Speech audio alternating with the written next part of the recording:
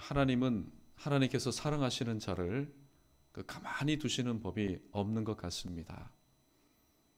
오늘 본문은 하나님의 시험에 대해서 말씀을 하고 있습니다. 제가 어렸을 때에 군산에 살았던 적이 있었는데, 군산에서 15분만 배를 타고 가게 되면 충청도 소재지인 장항이라는 곳이 있었습니다. 요즘은 그 장항의 재련소가 없어진 걸로 알고 있는데, 그 재련소에 보게 되면 항상 연기가 풍겨져 나간 것을 보게 됩니다. 재련소가 뭡니까? 재련소는 말 그대로 재련하는 것이지요. 오늘 본문 10절에서 오늘 시편 기자는 이렇게 말합니다. 하나님께서 우리를 시험하시되, 오늘 독자로 하여금 다 알만한 그런 말을 통하여서 또 자기가 하나님의 시험 가운데 있었을 때에 어떻게 이것을 감당했는지에 대한 시상을 함께 나누고 있습니다. 우리를 단련하시기를 은을 단련함 같이 하셨으며, 단련한다는 것은 재련하는 것을 의미합니다. 재련하는 목적이 뭘까요? 그것은 어떻게 하든지 간에 순수한 은을 얻기 위해서, 불순물을 제거하기 위해서 바로 은을 단련하고 재련합니다. 하나님께서 시험하시는 목적도 그것입니다. 하나님께서 우리를 시험하실 때는 하나님의 그 사용 목적대로 우리를 사용하시기를 원하시는데, 사실 오늘 하나님께 부름받고 세움받은 자들이 어디 처음부터 정금 같은 사람, 순수한 은과 같은 사람이 누가 있겠습니까? 하나님의 부름을 받은 자들 보면은 사도 바울이 말하는 것처럼 문벌이 좋은 사람이 없습니다. 강한 사람 없습니다. 큰 사람 없습니다. 지혜로운 사람 없습니다. 어떻게 보면은 인생 가운데서 전부 하자의 인생들입니다. 그럼에도 불구하고 하나님께서 이 모든 연약함을 아시고 주님께서는 부르셨습니다. 그리고 하나님께서는 항상 연단시키시고 단련시키시고 다듬으시고 때로는 깎으시고 때로는 필요하다면 붙이셔서 하나님의 귀한 사역 가운데 사용하셨던 것을 바라봅니다. 계속해서 11절 말씀해 보니까 하나님께서는 어떻게 인생을 단련하시느냐, 인생 중에서도 하나님의 택함 받은 자들을 어떻게 단련하시느냐. 11절 말씀 우리 계속해서 읽어보겠습니다. 시작.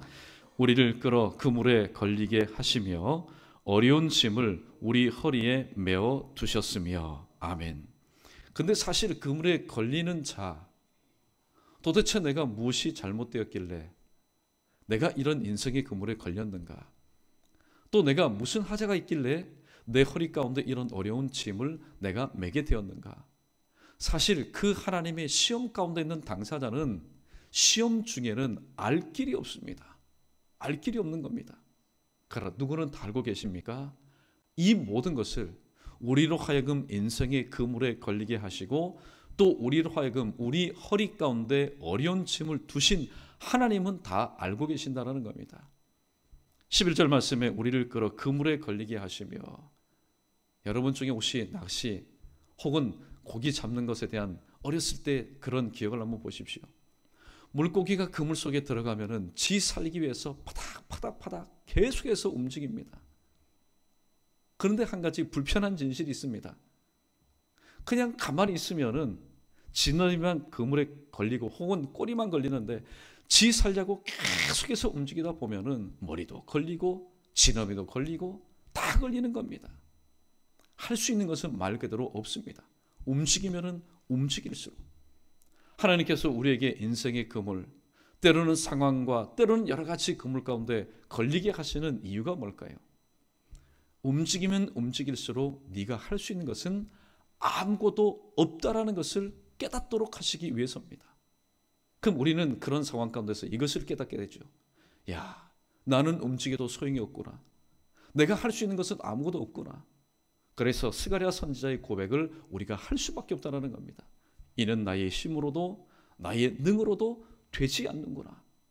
그 인생의 밑바닥에서 그 그물 가운데서 하나님께서는 우리의 입술을 통해서 이러한 고백을 듣기를 원하십니다. 이 모든 것을 회복하고 이 모든 것을 해결하실 수 있는 분은 오직 하나님 한 분밖에 없습니다. 그렇게 고백하도록 하신다는 겁니다. 또 두 번째 보니까 어려운 짐을 우리 허리에 메어 두셨으며, 그냥 이 말씀을 읽고 넘어가면은 그래 뭐 짐을 허리에 둘 수도 있겠지. 그러나 짐은요 절대로 허리에 차는 법이 아닙니다. 짐은요 그래도 비교적 넓은 등에 짊어지는 겁니다. 허리에 보면은 요즘 이 현대인들이 가장 많이 또 앓고 있는 병이 뭡니까? 허리 통증 아닙니까? 몇 번 척추가 닳았다. 그런데 그런 인생 가운데 허리다, 그것도 어려운 짐, 무거운 짐을 만약에 둔다면 어떻게 하겠습니까? 오늘 시작한 겁니다. 한 번 짊어지고 두는 것 아닙니다. 계속해서 그러한 삶이 나의 삶 가운데 이어진다면 그 고통, 그 아픔을 감당해낼 수 있는 사람이 없다라는 겁니다. 어려운 짐입니다. 여러분에게 있어서 어려운 짐은 무엇입니까? 각자마다 다 다르겠지요. 때로는 물질이 어려운 짐일 수도 있고, 질병이 어려운 짐일 수도 있고, 때로는 대인관계가 어려운 짐일 수도 있고, 상황이 어려운 짐일 수가 있습니다. 그러나 지금 열거한 것 이외에도 하나님만 아시고 여러분 자신만이 아는, 사실 공개하기가 힘든 그런 짐들도 참 많습니다. 그런데 하나님께서 왜 짐을 우리의 허리 가운데 두셨을까요? 우리는 시편 기자의 또 시상을 우리는 기억할 수 있어야 됩니다. 너희 짐을 여호와께 맡기라는 겁니다. 세상에 가장 어리석은 사람이 누구일까요? 짐을 내가 짊어지고 가야 한다라고 생각하는 사람이 가장 어리석은 사람입니다. 그런데 왜 어리석은 행동을 할까요? 너희 짐을 여호와께 맡기라는 이 하나님의 말씀을 알지 못하고 깨닫지 못하기 때문입니다. 하나님께서 우리에게 짐을 주셨습니다. 혹자는 이렇게 말, 하나님께서 내게 주셨으니까 내가 짊어져야 되지 않습니까? 아닙니다. 하나님께서 내게 주신 그 짐이라는 것은, 본시 짐이라는 것은 연약한 우리들이 짊어질 수 없는 겁니다. 내가 가지고 있다 할지라도 그 짐을 바로 주님께, 하나님께 맡겨드리는 것입니다. 그러나 그 짐을 허리에 차고 있는 동안에 그 아픔, 그 고통은 누구도 감당할 수 없는 겁니다. 그럼에도 불구하고 하나님께서 내 허리 가운데 주셨을 때는 분명히 뜻이 있다는 겁니다. 첫 번째, 왜 하나님께서 나를 이처럼 꼼짝달싹하지 못하도록 인생의 그물 가운데 두셨을까? 그리고 하나님께서 왜 나를 이렇게 단련하시는가? 또 하나님께서 왜 내 허리 가운데 가장 연약한 부분 가운데 이러한 짐을 두셨는가? 그리고 오늘 12절 말씀 우리 마지막으로 읽어보겠습니다. 시작. 사람들이 우리 머리를 타고 가게 하셨나이다. 우리가 불과 물을 통과하였더니 주께서 우리를 끌어내사 풍부한 곳에 들이셨나이다. 아멘. 오늘 12절 말씀을 체험한 사람이 누구일까요? 바로 요셉 아니겠습니까? 요셉은 하루아침에 인생이 좋은 의미로 역전된 것을 체험한 사람이 아니라 부정적인 의미에서 하루아침에 인생이 역전된 것을 경험하였던 사람이었습니다. 지금까지는 아버지 야곱과 함께 대접받는 그런 삶을 살았습니다. 그러나 형들의 그런 음모로 인해서 하루아침에 노예로 전락하게 되었습니다. 사람들이 우리 머리를 타고 가게 하셨나이다. 그런데 중요한 것은 뭡니까? 여러분이 놓치지 말아야 될 것은, 사람들이 내 머리를 타고 가게 하셨다는 것은 내가 인생의 밑바닥을 경험하게 되었다는 겁니다. 요셉을 보십시오. 노예로 팔려가기 전에 웅덩이에 빠지지 않았습니까? 사실 물이 없는 웅덩이에, 물이 없다 할지라도 그 웅덩이에 오래 있게 되면 죽게 되는 겁니다. 두 번째는 바로 이 보디발의 집에서 노예 생활을 하였습니다. 또 보디발의 아내의 연고로 인하여서 옥중 생활을 하였습니다. 그러나 요셉은 이것을 알았습니다. 이 모든 되어진 일을 허락하신 분이 바로 하나님이시라는 사실을 깨닫게 되었습니다. 그래서 우리가 오늘 눈여겨봐야 될 부분이 있습니다. 12절 중반절에 보면은 이런 표현이 있습니다. 여러분 한번 보십시오. 우리가 불과 물을 통과하였더니. 여러분, 하나님의 시험 가운데 있는 사람이 슈퍼맨입니까?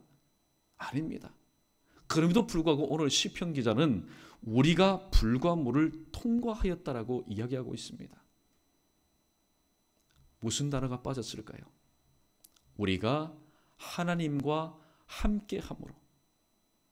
여러 가지 연단과 시험과 그물에 걸린 허리에 어려운 짐을 두고 있는 우리와 하나님께서 함께 하심으로 우리가 불과 물을 통과하였다, 그렇게 해석하는 것이 옳을 것입니다. 이것을 친히 체험한 사람이 누굽니까? 이스라엘 백성들 아닙니까? 그리고 사드락과 메삭과 아벳느고라고 하는 믿음의 사람들 아닙니까? 어떤 믿음의 사람입니까? 하나님께서 오늘 또 우리와 함께 하신다. 우리가 불 가운데 있다 할지라도 하나님은 우리와 함께 하셔서 우리의 생명을 건져주실 것이라는 그런 믿음을 가지고 하나님의 뜻이 어디 있는지를 바로 깨달았던 그런 사람들, 우리가 불과 물을 통과했더니 통과한 하나님의 시험을 통과한 이들에게 오늘 주님께서는 이러한 은혜를 베풀어 주셨습니다. 우리를 끌어내서 풍부한 곳에 들이셨다라고 말씀합니다. 오늘 말씀을 요약합니다. 사랑하는 성도 여러분, 여러분이 오늘도 시험 가운데 있습니까? 그러나 그 시험은요, 우리가 볼 때에 이 시험이 왜 이렇게 오랫동안 진행되는가? 그러나 세상의 것들이 다 마찬가지입니다. 우리 생각에는 오랫동안 진행되는 것 같지만은 이 땅 가운데 영원한 시험은 없다라는 겁니다. 오늘 본문에 보니까 오늘 단련함 같은 그런 뜨거움 가운데 있고, 우리를 끌어 그물 가운데 걸려 있고, 또 어려운 짐이 우리의 허리에 있으며 사람들이 우리를 머리를 타고 가게 하는 그런 어려운 환경 가운데 있지만은 보십시오. 하나님과 함께 이 모든 것을 통과할 때에 주님께서 우리를 끌어내사 그 환경에서 벗어나는 것은 내가 벗어나는 것 아닙니다. 내가 벗어나는 것 절대로 아닙니다. 주께서 우리를 그러한 환경에서 이끌어내사 풍부한 곳으로 들이셨다라고 말씀하고 있습니다. 하나님의 시험에도 분명히 뜻이 있습니다. 고난 중에도 하나님의 뜻이 있는 것처럼 시험 중에도 분명히 하나님의 뜻이 있습니다. 그런데 그 뜻이 무엇인지를 깨닫지 못하면은 우리의 이 적은 입술을 가지고 우리의 이 적은 입술을 가지고 어디서 그렇게 불평불만이 쏟아져 나오는지 모릅니다. 그러나 하나님의 뜻이 어디 있는지 깨닫게 되면은 그래, 하나님께서 믿음의 선진들을 시험하실 때, 여러분 시험은요 낭만적이지가 않습니다. 결코 서정시와 같지가 않습니다. 때로는 광풍이 몰아치는 그런 어려움 가운데 있습니다. 그러나 하나님께서는 하나님을 사랑하시는 사람을 가만히 두지 않습니다. 아브라함도 그러하였고, 특별히 모세도 그러하였고, 우리가 잘 알고 있는 요셉도 그러합니다. 그러나 그러한 시험 중에서라도 하나님이 나와 함께 하심을 믿고 하나님을 신뢰하고 하나님을 의지하고 그 하나님께 이 모든 것을 맡겨드릴 때에 문제는 내가 해결하는 것 절대로 아닙니다.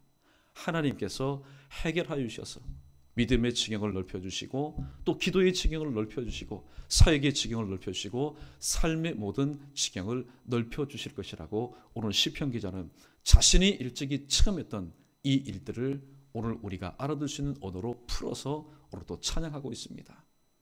2017년도 여러 가지 많은 어려운 일이 있었을 겁니다.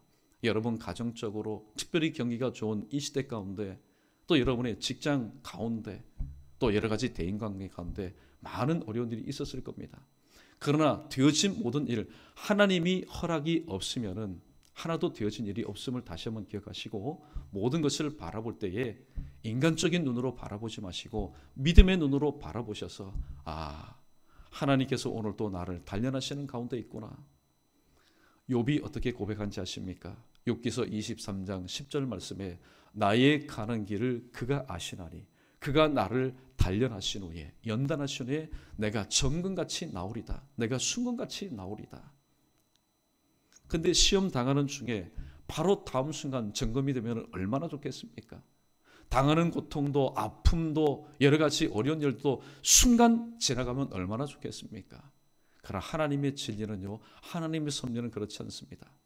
우리는 왜 이렇게 오래 시간이 지나갑니까? 라고 우리는 하나님 앞에 때로는 하소연하지만은 절대적으로 하나님께서 하나님의 사람을 다듬어 가시는 물리적인 절대 시간이 필요하다는 것을 다시 한번 기억하시고, 그 하나님의 타이밍을 원망하며 불평하는 시간으로 여러분 삼지 마시고, 그래, 하나님의 타이밍은 하나님께서 나를 다듬어 가시는 과정이구나 라는 사실을 다시 한번 기억하셔서 오늘도 하나님께서 여러분을 다듬으시는 그런 손길을 통해서 이후에 더욱더 야물딱진 믿음의 권속들, 믿음의 사람들, 믿음의 정금 같은 그릇들로 다시 한번 회복되어 하나님 은혜 가운데서 더욱더 크게 귀하게 존귀하게 쓰임받을 수 있는, 특별히 오늘 이 새벽을 믿음으로 깨우는 저와 여러분 우리 모두 되기를 주님의 이름으로 간절히 축원합니다.